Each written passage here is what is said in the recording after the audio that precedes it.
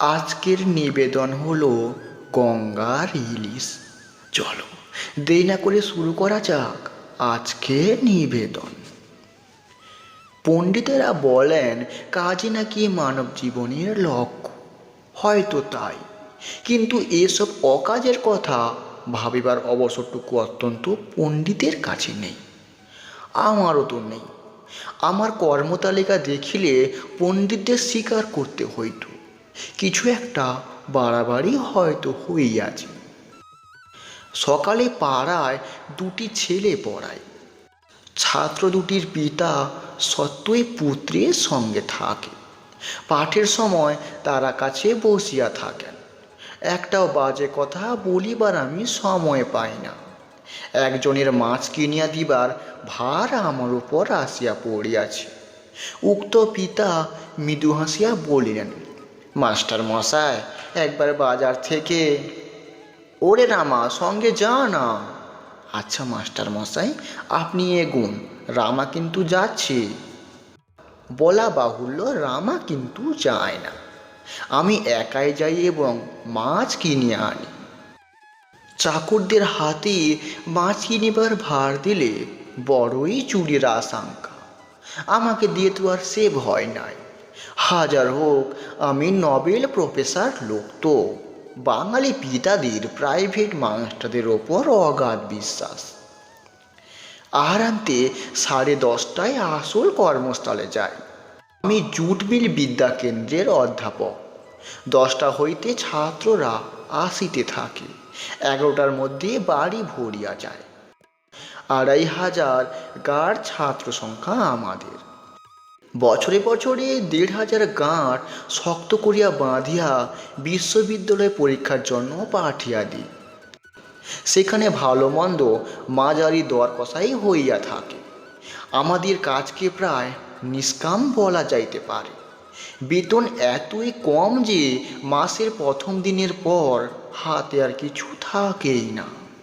তবে নোবেল প্রফেশনের লোক বলিয়া দোকানে একটু বাকিও পাওয়া যায়। হায়, সে আর তোমাদের কি বলি। মানুষকে ঠকাইবার আশা আমাদের নেই, এ কথা সবাই জানিয়া ফেলিয়াছে। জুট মিল বিদ্যাকেন্দ্রের মালিক সুবিধাজনক পোষমানা একটি মিক্রি ব্যারাম অর্জন করিয়াছেন। বেতন বৃদ্ধির কথা তুললে তিনি কোথায় যেন হারিয়ে যায়। সন্ধেবেলাতেও ছুটি নেই। রাতে জুট মিলে বাণিজ্যিক শিক্ষা দিই। ব্ল্যাক আউটের রাত্রি বাণিজ্যিক শিক্ষার উপযুক্ত সময়ও বটে। রাত্রি 9টায় ছুটি। কলিকাতা শহরে নিতান্ত চৌকিদারি প্রথা নেই, নতুবা রাত্রিটা চৌকিদারি করেই কাটিয়া দিতাম। কাজের জন্যই যখন মানুষের জন্ম, তখন আর একটু ফাঁক থাকেই বা কেন। সেদিন রাত্রি 9টার সময় জুট মিল হইতে বাহির হইতেছি। সহকর্মী বলিলেন, চলুন তো মশাই, বৈঠকখানা বাজার থেকে মাছ নিয়েই যাওয়া যাক।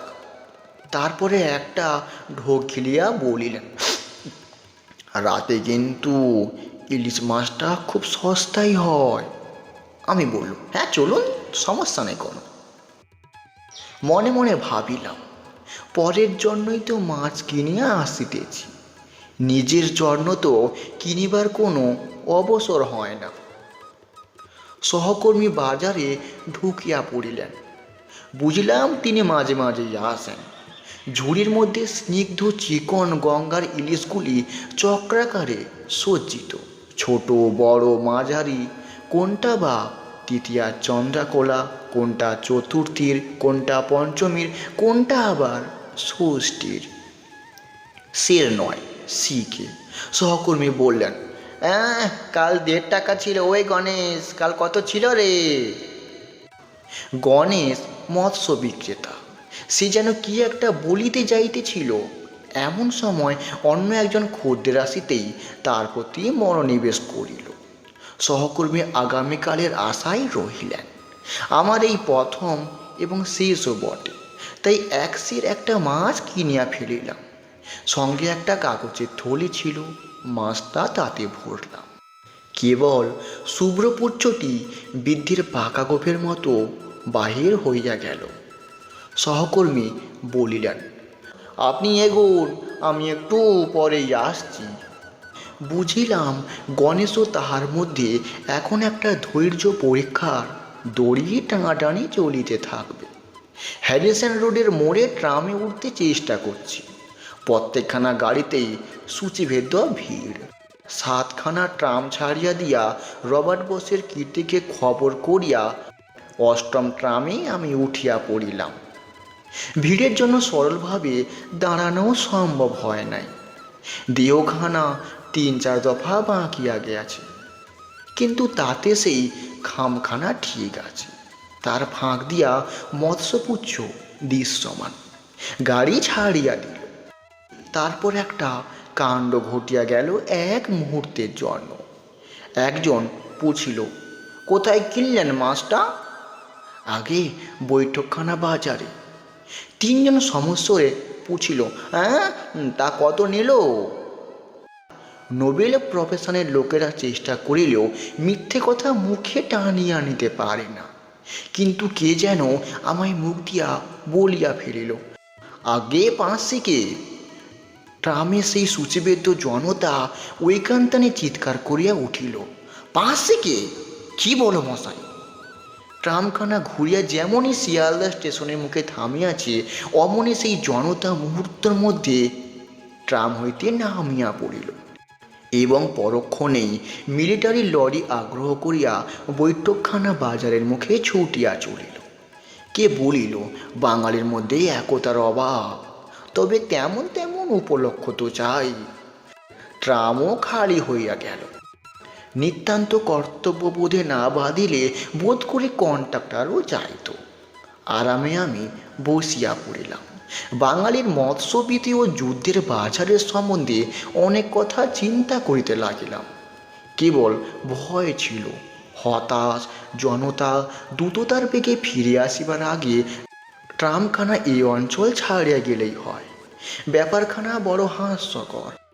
মনে মনে একটু হাসিলামও বটে, কিন্তু তখনও কি জানিতাম এই মৎস্যকয় কি মৎস্য ন্যায় পরিণত হইবে। নির্বিঘ্নে আমি বাসায় পৌঁছিলাম। গৃহিণীর হাতে মাছটা দিলাম। কত নিল? 5 বারংবার আবৃত্তির ফলে মিথ্যা কথাও নাকি সত্যি হইয়া ওঠে। কি বলো, 5? গৃহিণীর মুখে এই প্রথম আমার বুদ্ধির প্রতি প্রশংসার আভা দেখিলাম। তারপরে আমাকে ছাড়িয়া মাছটি লইয়া পড়িলেন এবং অবশেষে মাছটি ছাড়িয়া চাকরকে লইয়া পড়িলেন। আরে হরি, তুমি মাছ কিনতে গেলে 3 টাকা সের লাগে, আর দেখো বাবু কেমন 5 মাছ কিনে এনেছি। হরি কি যেন বলিতে গেল, কিন্তু গৃহিণীর সম্মুখে সে দাঁড়াইতে পারিল না। পরদিন প্রাতে হরিকে আর দেখা গেল না। হরি খদ্দের পরে। মেদিনীপুরের লোক, তার আত্মসম্মান একটু আছে। সে যে পালাবে এটা কিছু বিস্ময়ের নয়, কিন্তু বিস্ময়ের ব্যাপার ছিল এবার।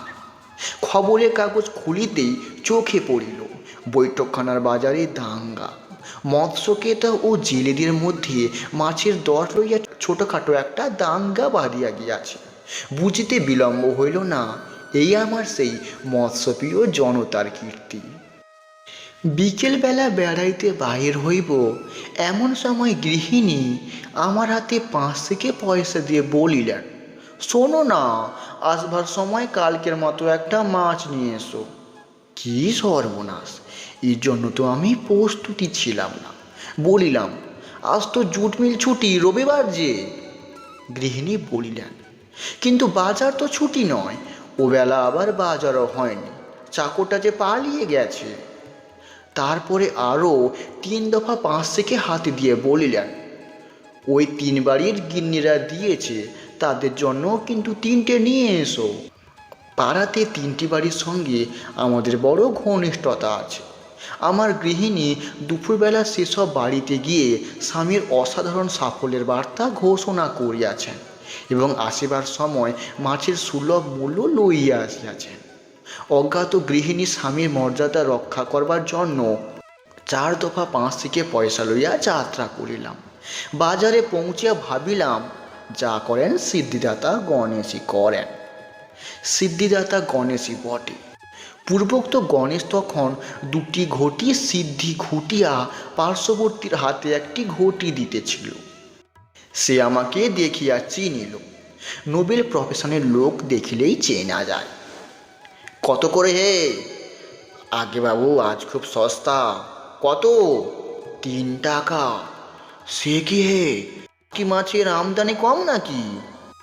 মাছেরাও সুযোগ বুঝিয়া ধর্মঘট করিয়া বসিয়াছে। 4টি মাছ কিনিয়া বাড়ি ফিরিলাম। জুতা কিনিবার জন্য একখানা 10 টাকার নোট আনিয়াছিলাম। সেখানা ঘাটতির পথে গঙ্গার ইলিশের পিছনে গঙ্গা জলে গিয়া পড়িল। সবটা গঙ্গা জলে পড়িলেও সান্ত্বনা ছিল, অধিকাংশই সিদ্ধিদাতা গণেশের ফাঁকে আটকিয়া রইল। নিজেরও পরের গৃহিণীরা আমার এই কাজের জন্য তারাও খুশি হইল। পরদিন শুনিলাম তাদের চাকর 3টি পালাত। সকলেই মেদিনীপুরের লোক, সকলেরই আত্মসম্মানে বড় লেগেছে। তারপর হইতে এখন সন্ধ্যাবেলা নিয়মিতভাবে ঘাটতি দিয়া গঙ্গার ইলিশ আমদানি করিয়া পাড়ার গৃহিণীদের বিস্ময় উদ্রেক করিতেছি। কিন্তু এমন করিয়া আর কয়দিন চলিবে? জুট মিল হইতে বেতনের মধ্যে কিছু অগ্রিম লইয়াছিলাম, তাও নিঃশেষ। তা এখন কি করিব? সত্য কথা বলিব নাকি? না মাছ খাওয়া ছাড়িব, না মাছ কন্ট্রোল হইয়াছে বলিব। কন্ট্রোল হইলে যে দাম বাড়বে এ কথা গৃহিণীরা জানে। সত্য বলিলে কেহ বিশ্বাস করিবে না, বিনয় বলিয়া উড়িয়া দিবে। মাছ খাওয়া ছাড়িলেও সকলকে তো আর ছাড়াইতে পারিব না। কাজেই ক্ষতি ছাড়া আমার কিছু লাভও নেই। কন্ট্রোল ও কথা বলিলে চলিবে না। গৃহিণীরা নিয়মিত কাগজ পড়ে তারপরেই ঘুমোতে যান। মিথ্যা বলতে যে এমন ক্ষতি তাহা জানিলে কেনাই সত্যি বলিবে। ইলিশের মাছের সময়টা গেলেই বাঁচা যায়, কিন্তু তার অনেক আগেই যে আমার 3 মাসের অগ্রিম বেতনও যাইবে। কি করিব ভাবিতেছি, এমন সময় পূজা সংখ্যার লেখার জন্য তাগিদ আসিল। লক্ষ্মীর টানাটানিতে যে সরস্বতী এমন করিয়া আসিতে পারেন, শাস্তকেরা আর কি তা ভাবিতে পারে? স্থির করিলাম, দেশের উপকারের জন্য ঘটনাটা আমি লিখিয়া ফেলি। ঘাটতির কিয়দাংশ যদি উঠিয়া আসে, নিজেরও উপকার হইতে পারে। নিজেরও পাড়ার গৃহিণীরা অবশ্যই পড়িবেন, তাই আমার প্রতি একটু দয়া হইলেও হইতে পারে। না, সে ভরসার বড় নেই। একবার রসিক বলিয়া খ্যাতি রটিয়া গেলে তার দুঃখী আর কেহ বিশ্বাস করে না। না জুট মিল বিদ্যাকেন্দ্র, না বাড়িতে। এই ছিল আজকের গল্পের গঙ্গার ইলিশ। গল্পটা তোমাদের কেমন লাগলো ছোট্ট একটা কমেন্ট করে জানিও। গল্পগুলো ভালো লাগলে লাইক সাবস্ক্রাইব করতে ভুলো না। নিত্য নতুন গল্প শুনতে আমাদের চ্যানেলটা সাবস্ক্রাইব করে আমাদের সঙ্গে থাকো। ভালো থেকো, সুস্থ থেকো, নিজেদের খেয়াল রেখো। আবার আসছি কাল রাত্রি ঠিক 9টার সময় তোমার জন্য, তোমাদের গল্প শোনানোর জন্য।